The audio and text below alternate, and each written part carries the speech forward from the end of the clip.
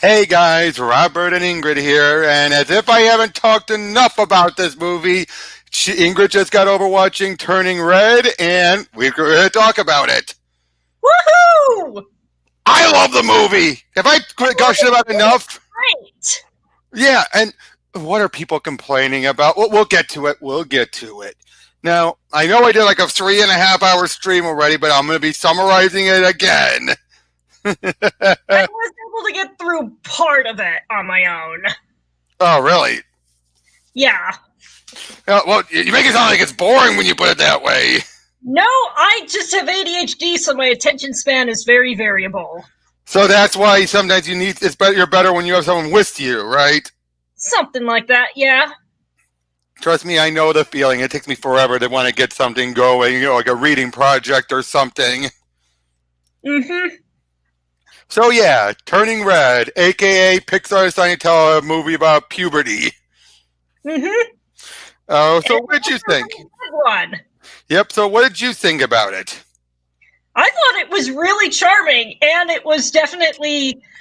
Granted, I'm a little bit before the time it's set in as far as when I was a teenager, but a lot of the stuff that was popular then was still floating around when I reached those years myself, so it's definitely something that very much felt like my awkward teenage years, cringe and all. Yep. Oh boy, the cringe indeed, right? Mm-hmm. So yeah, we're introduced, and our main character is little Mei Lee, or Mei Lee. I just go by Mei Lee. I love that nickname. It really is good. Yep, and you know what? Again, we're not gonna go over a full. I mean, there's gonna be spoilers, obviously, but like I said, I went over in the 3 hour one, so let's just jump around, all right? Mm-hmm. Like one thing I want to say that I really like right off the bat about Mei Lee is that normally when you have like an overbearing parent, usually have it be the kid is miserable, like they're well aware of it, and they're like, "Yes, mom, yes, dad," but no. She loves what she does with her mom. You could so tell. It's like when you see them interact, she's like, let's do this. As they clean up the place and everything, and then the tours. I love that. That's one of my favorite sequences. Yeah, that was really cool. Yeah, just seeing the two with the brooms and everything. They see the guys graffitiing their hat. May's opening monologue. Damn, does that sound like something that came straight out of one of my diaries as a teenager? Oh, yes, definitely. Oh, yeah. Oh, yeah, the opening. You're right, the opening. I love that opening, especially, yeah, when it says, and the fact that Mei feels like, I don't have that problem.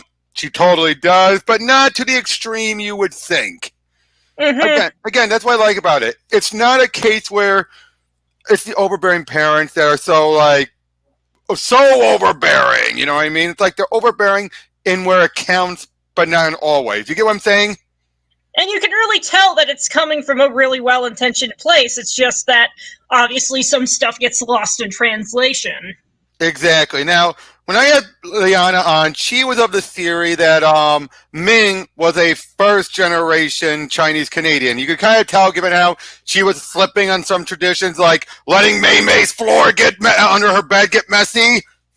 Do you think that's true, or do you think there might be more of a generational gap? Her other reason is because of how much of a heavy accent the grandmother had.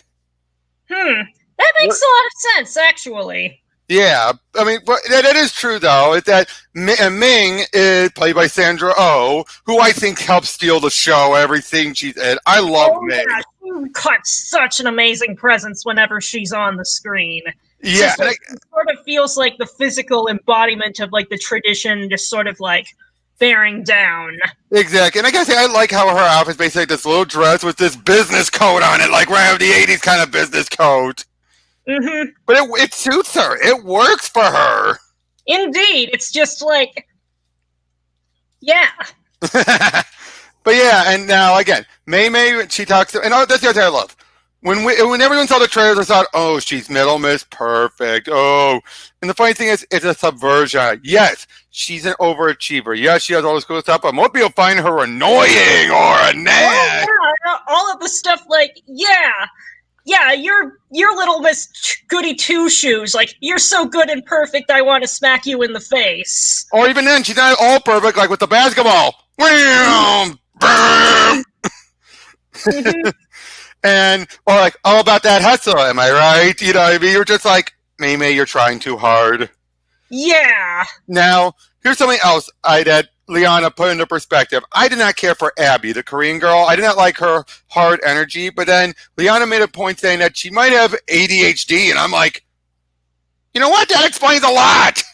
That really does explain a lot. But yeah, you have her three friends, Miriam, Abby, and Pira, I think, or Pyra? Pyra. Mm. You know what I mean? You know, the Indian girl who, yeah, and I like them as friends. Although I gotta say, I'm one of those, and maybe because I learned to listen to Leon too much, who think that maybe Miriam's not as much in the boy that she lets on, if you know what I mean. Although I gotta say that the clearly parody of Twilight book that came up in the just that Pyra had days. Oh, Lordy. Oh, at least they were saying, asking later, "Are you a werewolf?"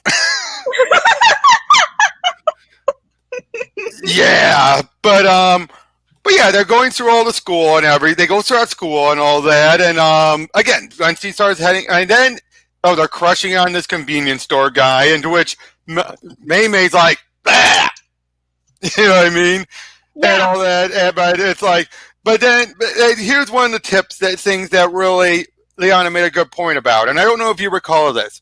You remember back in the day where giving someone a mixtape or a mix CD actually meant something special?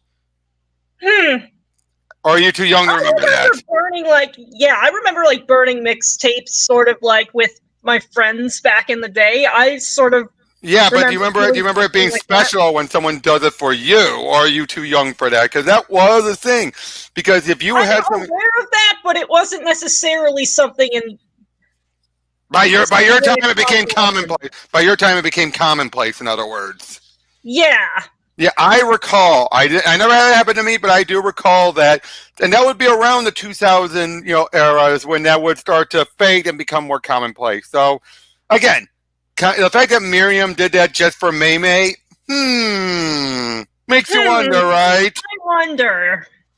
Yeah, but yeah, once they leave, I love our friends. Like, she's totally brainwashed, and it's like. Not completely brainwashed, but to a small degree. Because again, nowhere in when she's doing. Oh, hold on a second. I'm gonna have to edit this out. Fair enough.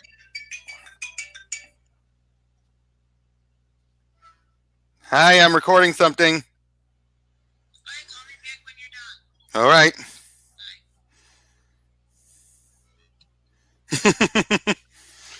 Don't you hate when that happens? But anyway. So, but yeah, then so she hold on. Oh yeah, right. But yeah, then she wants to go to Four Town. The fact that that's a play on O Town, that is quite clearly a play on O Town. The Canadian boy band. And I do love the gag. Why do they call Four Town when there's 5? Though it's probably a case of, they originally had 4 members, branded it under that name. They had somebody else join later, and by that point, it was too late to change all of the merch. Exactly.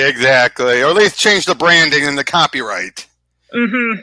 But yeah, so she, they're in love with this band and everything. And that night she. Oh, okay, yeah. Then you have the bit where she's doing her homework. She starts doing a little doodling about this convenience store guy that her friends were ogling over. And then she starts going into, her hormones just start kicking in finally. And she starts just goes on autopilot. And it's that same anime-esque art style. I feel that so very much. So many of my old drawings were like that. Yeah, but then her mom finds that, right? God. I felt that shame hit me straight to my core, because it's just let's just say I definitely would have felt that way if some of my own private diaries and journals were found, although fortunately my parents were never quite like that about it. And they probably wouldn't have gone as far as Ming went, right? Oh yeah, it's just oh boy. Yeah, but Ming unfortunately thought that Devin was his name, was much older than he looked. And this is a case where you could only get away with it in the early 2000s. Nowadays, that would have ruined him. Ming basically is a proto-Karen when you think about it. Yeah, that's sort of what I was thinking. Yeah, but then you have that point once she gets home. Boy, poor Mei Mei, that whole just chewing herself out and everything. I've been there. Yeah, That's what I related to that the most. This whole notion as Ming puts it on near the end of the movie. You try and please everyone, but you're so hard on yourself. Oh, yes, that is something I struggle with quite perennially. Like, even without somebody else looking at my work, I can just create something, feel great while I'm creating it, then look back on it maybe like a day or so later and go like, what is this garbage? Why did I ever bother creating this? You don't even need the overbearing parent in the picture. My conscience does that for me. Right, but in this case, it's that moment where she's saying, you are her little angel and all that, and this will never happen again. You realize that's the first time you truly realize how much she wants her mom's approval. Mm-hmm. And you feel, but again, it's not like it's, at first we don't seem to get, that's the one thing I find weird. Ming doesn't give the vibe that her approval is unattainable, but it feels like it's never satisfied. Is that the right way of putting it? Something like that. Because it's not like having this stupidly high goal level and everything that Mei Mei's been struggling to reach. Nothing like that. It's more like she has her mother's approval already, and she's afraid of losing it. Yeah. Like afraid of falling from grace, as it were. Yep, and then that night she has a dream and then wakes up the next day as a panda. And that's the moment when they really nail a hammer in the puberty metaphors. She's hairy, she's smelly, she's emotional, she's horny. Mm-hmm. You know what I mean? That's all this stuff. And I didn't. The shame that accompanies all of that. Yep, and boy, Ming finding out, doesn't think about the panda, she thinks she's had her period. And her freaking out, like, it's happening! It's like, uh-oh.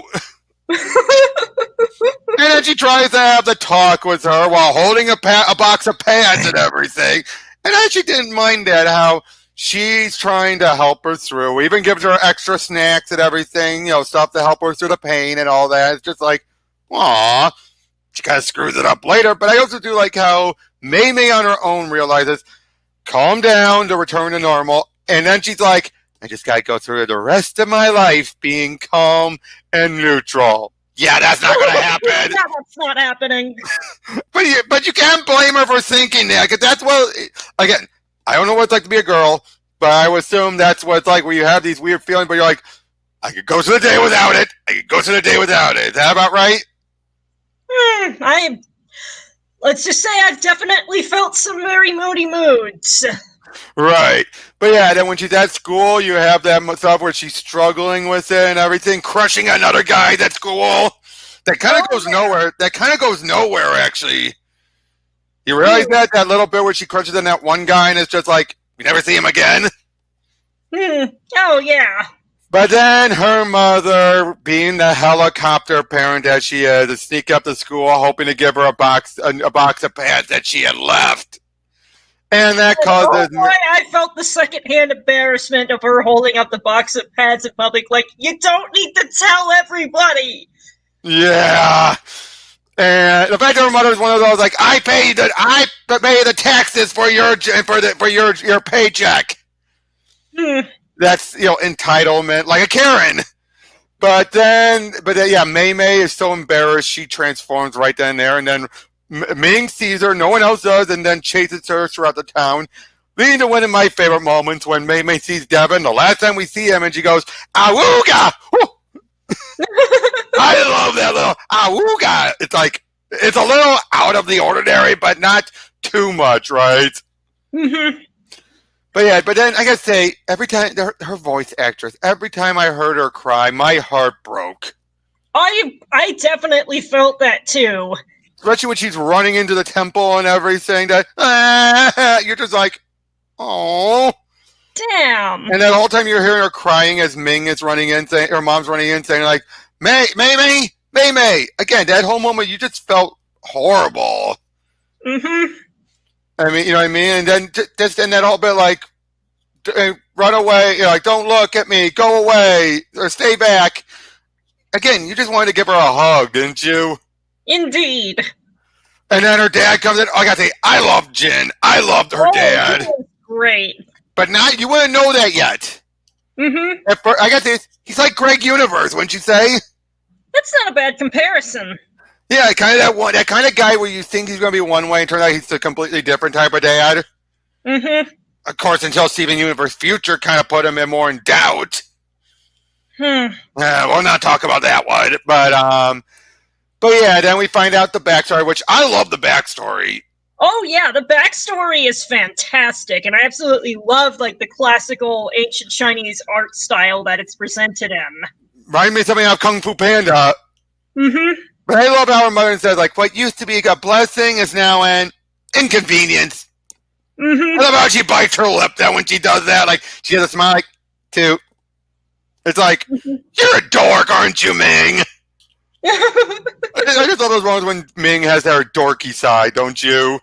But I also love that, like, why didn't, of course, Mei Mei goes a bit outraged until Ming said there's a cure, revealed it happened to her. And when Mei Mei rightfully asked, why didn't you warn me? This is why we find out why she was such a helicopter parent. I saw if I watch you like a hawk, I could see the signs and I could prepare. It's whenever you realize Ming thought she had everything planned out. You know what I mean? That's the moment when you realize everything's kind of falling apart.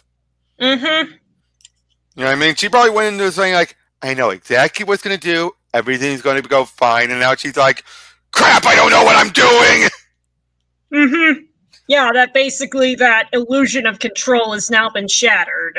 Yeah, I mean, that illusion was rightfully right to exist, though, of course, right? Mm.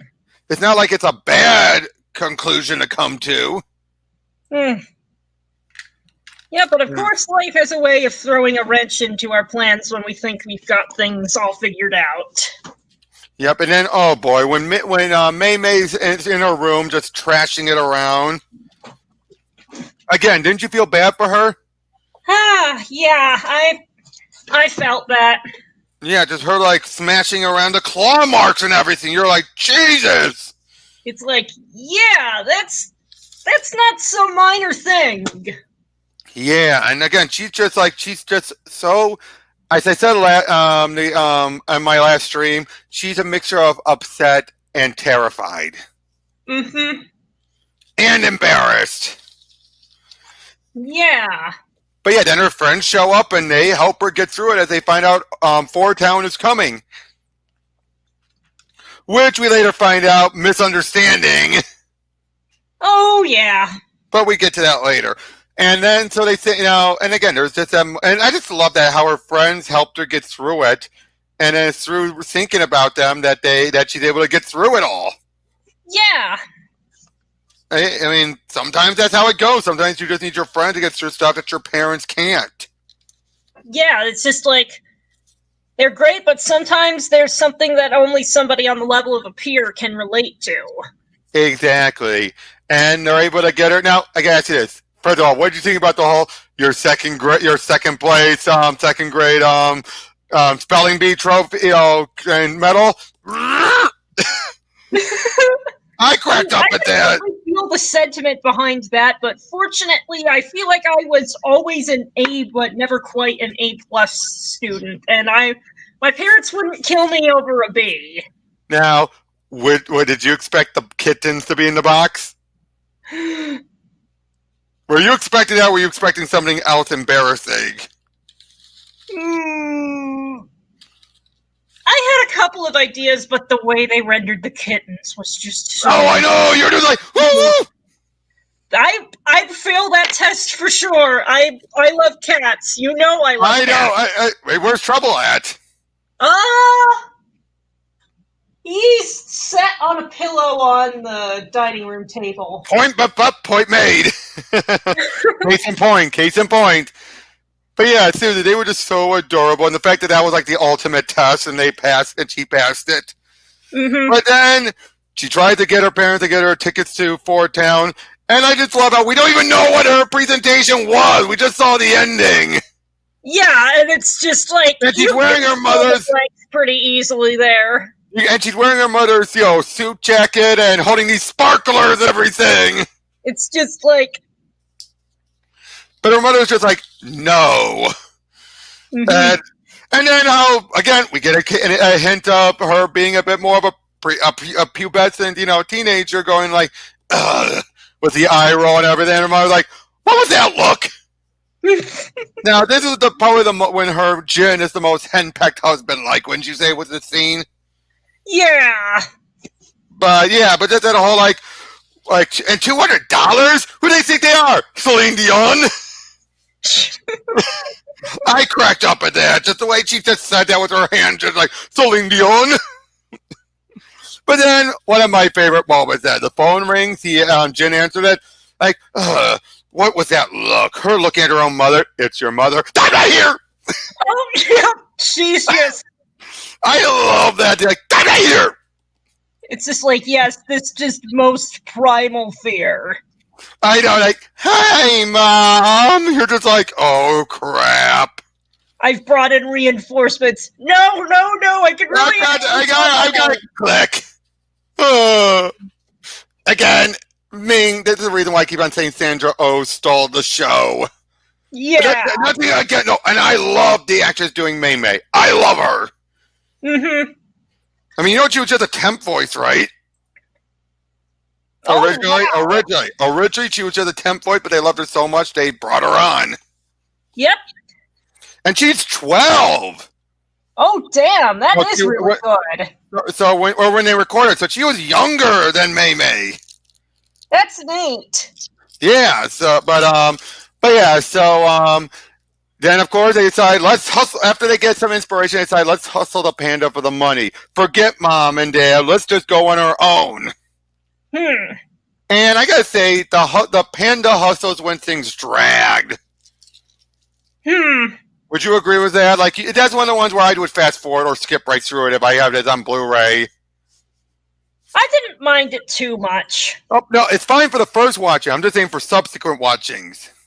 Yeah, I can see why you might feel that way. Yep, but again, as was mentioned in my stream a few nights ago, this was clearly done for the furries. It was. Let's be honest. Look at everything, the poses and stuff. This was for the furries.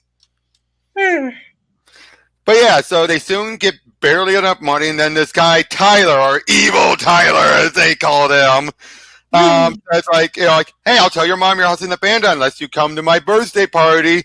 To which they negotiate. There were definitely people like that in school for me. True, but I'll say though, I think Tyler's in the closet. Oh boy. Well, you want to know why I say that? We find out later he's a Four Townsy, but he also has a favorite member. Now, it's one thing to be a fan. It's another when if you're a guy with a favorite boy band member. That's when you're like... I can see where you're coming from with that. Yeah. But yeah, so they eventually, right before they go to the, she can go to the party and all that stuff, it's when Grandma and the aunts show up. And I liked the aunts, but there was nothing much to their character. Yeah, they did kind of just feel like background set dressing by comparison. And stereotype. They were definitely Asian stereotypes, weren't they? Yeah.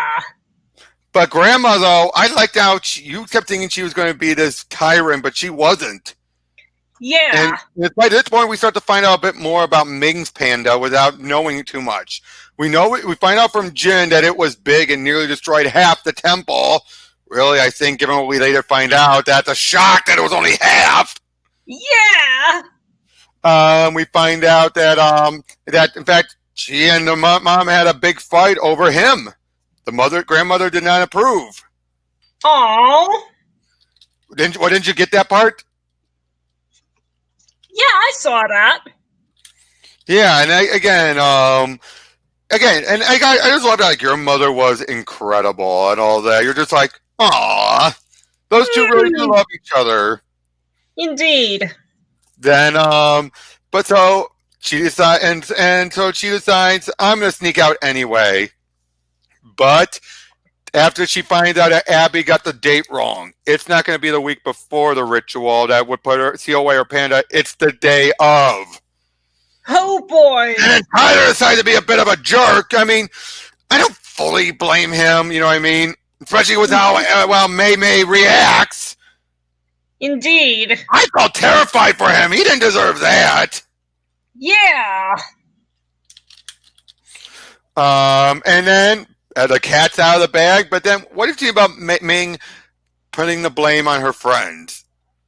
I feel like we've sort of consistently seen throughout the entire movie up until that point that She doesn't care for Miriam, at least. This idealized image of Mei Mei in her head where she's sort of like, in her head, Mei Mei can do no wrong, so that when something seemingly wrong seems to come out of her, there's always someone else to blame. Like, oh, she's drawing all of this stuff about the shopkeep. Oh, the shopkeep must have been doing something bad. It's just like, and she already has issues with Miriam. Oh, geez, that point earlier was that my mom already has issues with you. She does? mhm. Look at her on Miriam's face, wouldn't you say? You know, earlier, I mean, and this one. Oh, we forgot about the Tamagotchi! Oh yeah, the Tamagotchi. Because it actually becomes a key point here. It does. Because she leaves it at the party. She lets her friends get thrown under the bus. And then, and now, I gotta say, the fact that there was a week skip very much went so under the radar, I almost missed it. I'm like, wait, we're already at the ritual? Did a week skip by? I guess so. Yeah, Would you agree? I wanted to handle that transition a little more gracefully. Yeah, it just felt like wait, did a week skip by? But and then they that's when her dad talks to her about everything, and then she decides I'm keeping the panda. Which I think is also where we find out that the family's it's been such a tradition, they've never considered the idea of a person keeping their panda. Especially after what Ming did, I wouldn't blame them. Yeah, but it's like also clear from the backstory that it's just like it's not something inherently good or bad. It's just a thing that exists. So, but then so she leaves and accidentally breaks her mother's amulet, which then gets more and more cracked. And then that whole moment where she's like, Mei Mei, as she free merges with her panda. Now, of course, Mei Mei makes it there, and she finds out she can double jump. You did notice that, right? How she was double jumping? Oh, yeah. I love that. But yeah, and you realize also she technically got inside illegally. Oh, yeah. But she's there with her friends, they make up, and also we find out because Miriam was taking care of the Tamagotchi, which, again, you don't do that for just a friend. Taking care of a Tamagotchi for a whole week. Yeah. As I keep on saying, there's something going on with Miriam. I think her eyes are on a different prize. Oh, speaking of which, at the party, Pyra actually was. There was a scene that was cut where she was supposed to be actually making the moves on that Goss girl. Oh. So they were going to play her up as bi as well. Interesting. But then now we knew Ming's panda was going to be big and dangerous. Did you expect it to be that big? No, I did not. Mingzilla! Or Kaiju Mom. Which one do you prefer, Kaiju Mom or Mingzilla? I don't know. I like Kaiju Mom better. Yeah, she is huge, and she busts the Sky Dome, which Liana pointed out to me had a bad habit of getting stuck. So her actually going, "Rrr," makes sense. It's like something that people wish they could do to that dumb dome. She's like, Mei Mei, where are you? And that look on Mei Mei, she's like, Mom! It's like, oh shit. Because especially earlier when she's like, what's she gonna do? Ground me? It's like, shit! She can do a lot worse than just ground you. She could pulverize you. And I love it. It's like, what happened? That moment where you realize she thinks something went because she's messed up the ritual cause. It's like, I told you she was big. That big? Again, that only destroyed half the temple. What? I don't buy that. Do you? Yeah, no. I feel like something got watered down in translation there. Unless the temple used to be bigger. Oh, that might make sense. That's the only alternative I can think of. It used to be much bigger. Yeah. But yeah, so they at least to Mei Mei versus Ming, as she confesses to everything. And I can say the one point that made me crack up was when Ming had her hands on her hips, stomping towards her. It's just like, that looks so ridiculous, doesn't it? Yeah. and then chewing her out, and then, but that's when you then realize she basically wanted Mei to be like her. Mm-hmm. And yeah, I'm sorry, like not like you. And then she headbutts her mom, literally knocking sense into her. Yeah. But I love it then. Right then she realizes, oh no, because now if she doesn't fix it, her mother's gonna be stuck in this for, because if they don't do the ritual right. Mm-hmm. And that's a moment where you're just like, again, I like how there's like this is like a multi-level climax. Yeah. I really like how they weave together all of the elements in the story for you to get to this point. They drop the hints very well. It feels very natural and earned. And then the mother and the grandmother and aunts break their amulets and all that stuff to come help get her through. The band joins in, Alba, which I love how they set up earlier. It's not just any specific song. It could be any music as long as it's from the heart. Mm-hmm. It's just like that ended up working out perfectly. And then they go inside to this astral plane, and we see her mom, still a teenager, and we find out her mother basically got stunted her growth from that moment. Why? Because of the argument she and her mom had. Her mother and the grandmother had a scar on her eye. It was from the mom. Yeah. But did you take it that way, that basically this was meant to tell us that she stunted her growth at that moment? Emotionally, I mean? I mean, that makes the most sense. And which also makes you feel like, well, it's a good thing it was over a fight over a guy she was already having feelings for, so she can still hold on to him. Otherwise, I don't think she'd be able to find true love if this happened before she met Jin. Yeah. Now if she emotionally stunted herself then. Mm-hmm. But yeah, she's just like so upset. And then, yeah, Mei helps her out, takes her back, and they meet up with the others. Grandma gives her mom a hug. And they decide to respect Mei's wishes, and she stays as a panda, and life seems to be adjusting. And I do love it how Ming's panda is now in the Tamagotchi. Oh my gosh, that was an amazing and fitting twist. But which makes me wonder, what happens if the battery dies? That would be interesting. And Tamagotchi is nowhere near as durable as a medallion. Indeed. And we already know that it just takes a little crack for it to start to get worse. What if it happens again? Oh, and grandmother had hers put in a 4-town medallion, which she feels further unlucky. And yeah, basically she now starts finding a balance in her life. Tyler's joined the friends because it joins up with the gang.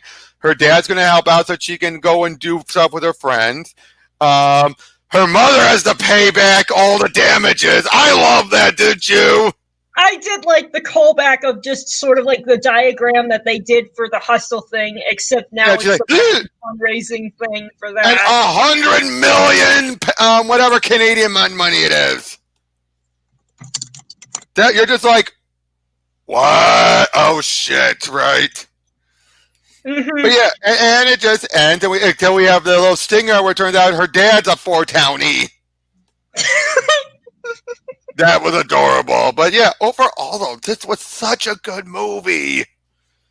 Oh, yeah, it really was. And the climax, it's one of my favorite movie climaxes. Yeah, it was just, everything just came together perfectly in a bow. It really did. And which leads me now to a discussion that's going to be where our bonus rant you saw in the thumbnail is. Oh boy. Some people have been using a complaint saying, oh, this is just a director self-therapy therapy herself in this. When she said it based off of herself, it's like, why is that a bad thing? Why are you guys using it as an excuse to make it a bad thing? Yeah. I mean, you've seen people making those comments. They just want an excuse. The best writing that you can do is something that injecting your own unique experience into the work, because anyone can write a story, but only you can write the story that you've known. And write what you know. Yeah. What people are leveling that complaint, I feel like they're saying that I feel like they're really trying to mistaking that being bad for a lot of people writing that badly. Yeah, And there are people who have written that kind of thing very blatantly and badly, but it's not anything inherently bad. It's expression of bad writing skill, not a bad concept. exactly. Now, there are some people who do self-insert them to the point where it is annoying, especially when it's the case where, like, I'm gay, I'm going to write this gay character, and they're so painfully gay. You're just like, that's how you see yourself? You're just a stereotype? But it's just like, at the same time, writing can be an excellent way to maybe explore facets of yourself or facets of the world and your own experience in more abstracted terms that can help you make some discoveries about the subject that you wouldn't have otherwise. Like, a lot of my SOCs have, intentionally or otherwise, things that I can explicitly draw parallels to in my own experience, but they're also very clearly their own people because the narrative context they're in is very different from my IRL narrative context. Well, yeah, like, for example, thing. And right now, you can always learn and experience more. I feel like a lot of the level complaints of this is that the person doesn't really have a broad experience living to be able to write something interesting as a self-insert, or it's just written badly. The concept itself is not bad. In fact, I'd argue it's one of the things that can make your writing unique as opposed to just writing to a formula. And we all know how shitty formulaic writing is. Exactly, and I say this. I mean, for example, the director said her mother was much like Ming, helicopter parent following her at school. Mm-hmm. The whole hide behind the tree. And like, was a really excellent metaphor for just so many different things. Like, I heard a couple of things on the stream, like, oh, like, the period thing on puberty is obvious, but the comments about, like, oh, it's a symbol of, like, intergenerational, like, trauma or conflict. Yeah. That's also a very excellent thing it can be interpreted as. Exactly, and I mean, here's something else. Like, with my ninja stuff, Chia the Spirit Guide. I don't know anything about no Spirit Guide stuff, but one thing I want to make clear with this character that I do experience that through comics and other fictional stuff, you know, one thing I can't stand? The insufferable mentor who is so stuck in their ways, so strict to the rules that even when it's a case where, oh, normally this legacy is supposed to go to an adult, not a child, but it's gone to a child, we're going to treat him like an adult. It's like, really? So I try to have it be Sadoka is her name. She is basically like she's more of the mindset of I give him enough rope to hang themselves mindset. I do have some rules, but I'm not just saying like, oh, if you kill someone, oh, gone, power's gone. I'm going to judge it accordingly. But that's based on my experience seeing it done so poorly, so ham-fistedly that I'm like, no, I want to do something different. And I've certainly had wonderful experiences seeing, like, other mentor-type characters, well, in the sort of stuff that I've written and also stuff that I played through in my various, like, games and stuff. Yeah, I mean, there is a place for the strict... My favorite twists and story turns in the campaign were around my main gal's mentor. Right, I remember. It seemed like he had, like, turned evil, but then we sort of learned later down the line that he was really damn close to the truth of an international conspiracy trying to bring back, like, this eldritch horror thing. And they didn't just want him dead, they wanted him corrupted. And eventually she got to get the comeuppance on the guys who ordered it, and eventually got to fight alongside his soul and, like, basically complete what he started together. And it was, like, really fantastic. Right, you've told me that before, and it was... Again, and that doesn't sound really good, but I said that's the case where, in my case with my stuff, I was drawing from my own experience of seeing that type of stuff, and I'm like, or even having to deal with at work, where you have some people who are completely unreasonable. Because I dealt with that in my old Sam's Club job. Oh yeah, where it's just like they give you a little bit of sewing thread, and they expect you to scale a cliff. Exactly. And especially when there's a bit of bigotry in my regard. I didn't want to add that here, but you know what I mean, right? But yeah, it's just what is wrong with writing what you know? And why does it have to be taken as self-therapy? It's like, because again, you look at the... Self-therapy isn't a bad thing either. It's just a matter of the execution. Oh, and here's And something else. sometimes there are some things that you only write for you. That's not bad either. It's just a matter of, well, not everything's made for public consumption, but there are ways to write it in such a way that you can engage people with, well, your abstracted experience, essentially. I feel like it's a lack of imagination that translates that personal experience too directly. It's when you can obviously tell that it's happening that it's bad, but the practice itself is not a bad thing. You're just bad at bad writing, not this concept. And unless also the self-insert is a true blue Mary Sue, then there's a problem. Oh, yeah. Like the original Star Trek Mary Sue, which was the notion of a self-insert that was perfect, that everyone loved, and when she died, everyone mourned her. Mm-hmm. And had no real functional flaws in the course of the story. Except the die. Hmm. But yeah, it's just one of those. Like I think the character even got together with Mr. Spock originally, and you're like, really? Yeah, no, that's breaking canon super hard. Exactly, and it's like, ugh. But yeah, but again, when you see now, that's the case where you're like, yeah, I see a point. But something like this, I mean, now granted, if you see it behind the scenes stuff they have on Disney Plus, they actually have a moment where the director does that, like, I'm Mei Lee, and all that stuff, like, I wear what I want, say what I want, 24/7, 365.